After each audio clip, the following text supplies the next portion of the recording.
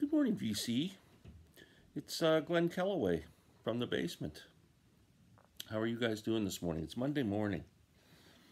I have been thinking,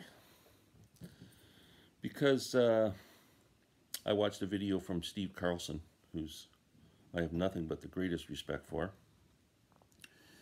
He was giving little tips on how to have a successful channel. And one of the things he says he likes to do is his weekly thing. Everybody's, knows that Steve does Sunday mornings, and yeah, almost becomes a habit, like watching a TV show.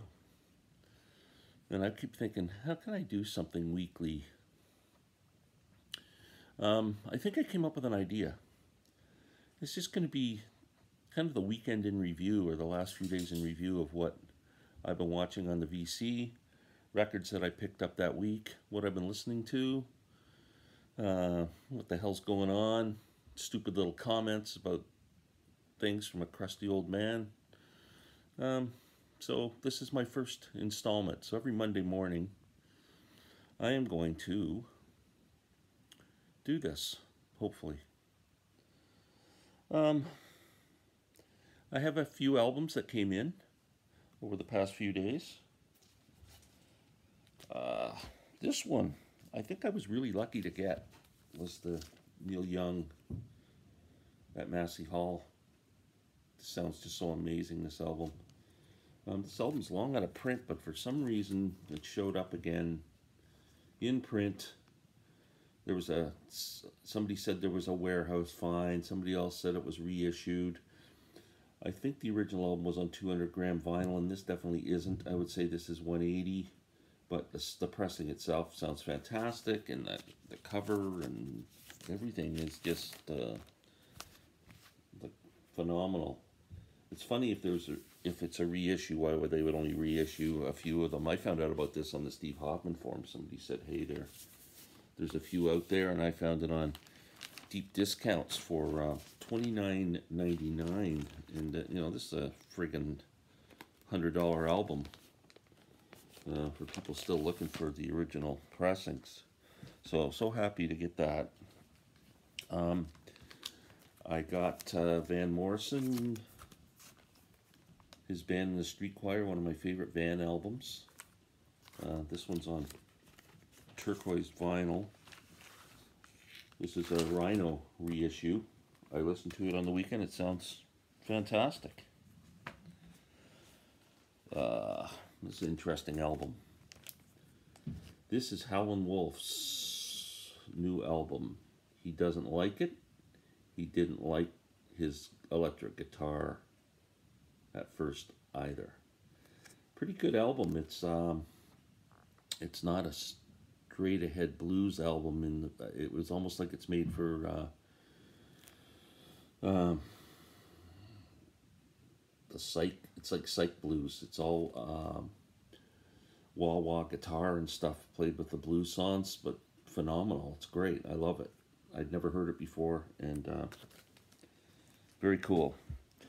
Last but not least, Jacko Jacksik's solo album, Secrets and Lies.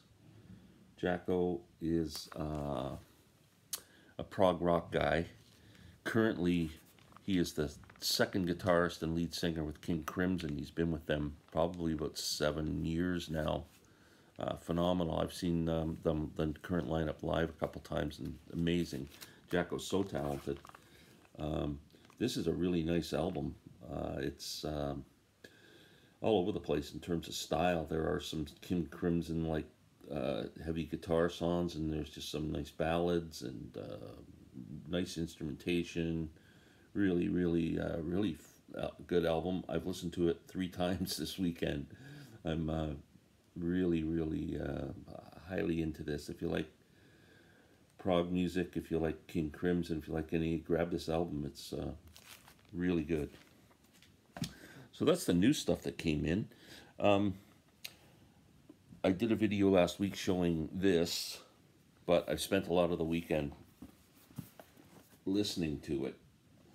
It's hard to get through 8 albums and then listening to those 5, and I think Saturday I turned on my stereo about noon and listened to music all like from noon to 6 before I went upstairs and spent some time with my wife and watched a hockey game. So I did get a chance to listen to the first 3 albums in this set. Really impressed. Music from Big Pink sounds fantastic. These are supposed to be analog recordings.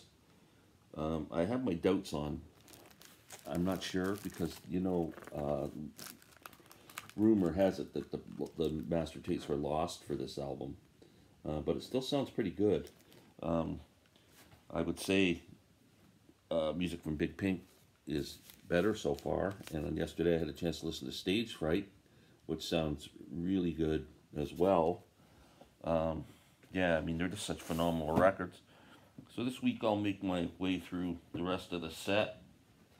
It's pretty crazy. And I also got The Last Waltz, the 4-disc box set from Rhino earlier this week, and I've been listening to that too. So there's been a lot of stuff going on, man. It's crazy. And then sports. It's been quite a weekend for sports. If any of you are hockey fans, I'm an avid hockey fan. Have been since I was this big. It's hard to believe that I was that big, but I was. Toronto Maple Leaf bleed blue for my Toronto Maple Leafs. I watched the first game of the season was last Wednesday, and they won, beat Montreal Canadiens, who Jamie Cottle and Chris Blues Vinyl guy both support. So anyway, and then they lost to the worst team in their division on Friday night, which sucked, and then they came back and beat the same team Saturday night. So I was happy about that. They're playing Winnipeg Jets tonight. Can hardly wait. Just pumped for hockey. Love it. Football, playoffs, NFL playoffs. Randall Nelson's Kansas City Chiefs hold off and beat the Cleveland Browns. What a game. Yesterday, both games were fantastic. Really close and, yeah, just really entertaining. I thought last night's game with Tampa Bay and New Orleans was one of the great football games of the season. Really good. Right down to the wire. Tampa Bay and Tom Brady are going to Green Bay next weekend. So I'm rooting for the Buffalo Bills. They beat Baltimore on Saturday. I just, I mean, we only live 100 miles from Buffalo, and it's just they've had such tough luck over the years. They went to the Super Bowl 4 years in a row there back in the 90s and never won one. So I'm hoping this is the year. They got a really good team. Sorry, Randy. I know your Chiefs are going to be playing them next weekend, so maybe we'll have a little bet or something. What else do I want to talk about? How about the videos that I did? I entered 2 contests. One for Chris Propfee and Ron Haggerty. They kind of joined forces and did show us 5 punk rock albums. That was a bit challenging for me, but I came up with 5. I somehow have a Dead Kennedys CD in my collection, which kind of made me the cool punk guy for the day. But in all honesty, a friend of mine's son gave me a bunch of CDs, and that was in the pile. And I just happened to remember that I'd had it stashed away somewhere. I shouldn't have let that secret out of the bag. Now I'm not quite as cool as I was to all the punkers. Then the other video was Pete's CD Vinyl World. He's got a contest going on. He had 10 questions for the VC, general music questions, bands you like, don't like, stuff like that. One of the questions was an overrated album. And I think I put myself in a bit of a precarious situation here on the VC. I said Pet Sounds was an overrated album, and kind of got berated by a couple of people. I know Shannon D wrote a very, let's say, thoughtful comment on why it's a great album, and kind of slapped me down a little bit. And Shannon knows how I feel about her. She's awesome, and and we tech commented back and forth afterwards. So everything's cool with us. But so it was kind of fun. I actually took it in really good humor. But I said the Beach Boys weren't cool, and she kind of slapped me down like, "What does cool have to do with it?" But when you're growing up, it has a lot to do with it, man. You're in the one group, and you're listening to Zeppelin and the Grateful Dead and the Stones and Hendrix, and you're doing a bit of this and whatever else is, and partying and carrying on, and some the freaking jocks or whatever are listening to the Beach Boys. I mean, that it just come on, cool does have something to do. Okay, what else? They were two videos I watched. What about what videos I watched that I really enjoyed? Calico Silver. Jeff is just awesome. I wish that I was eloquent like Shannon and Jeff. They can articulate their thoughts so well, and I just sit and go, "Oh, what the hell?" And I just can't, I don't have that ability to process the way they do. Awesome. But Jeff's got a couple of great videos out this week. One where he reviewed, Jeff's a big Dylan fan, and so am I. We both share this passion for Bob. He did a video reviewing the Rolling Thunder box set, which is, in my opinion, phenomenal. I happened to get to see two of those Rolling Thunder shows when they came to Toronto, and some of my favorite concert moments of all time were at those two shows. And Jeff did a great job. He started a video that I just noticed this morning, and I've only watched the first few minutes of it. I'm going back to it after I do this, where he's analyzing the lyrics of songs and kind of discussing them. And the first one he picked was my favorite Bob Dylan song, Visions of Johanna. And I got through where he talked through the first verse, and man, it was really impressive.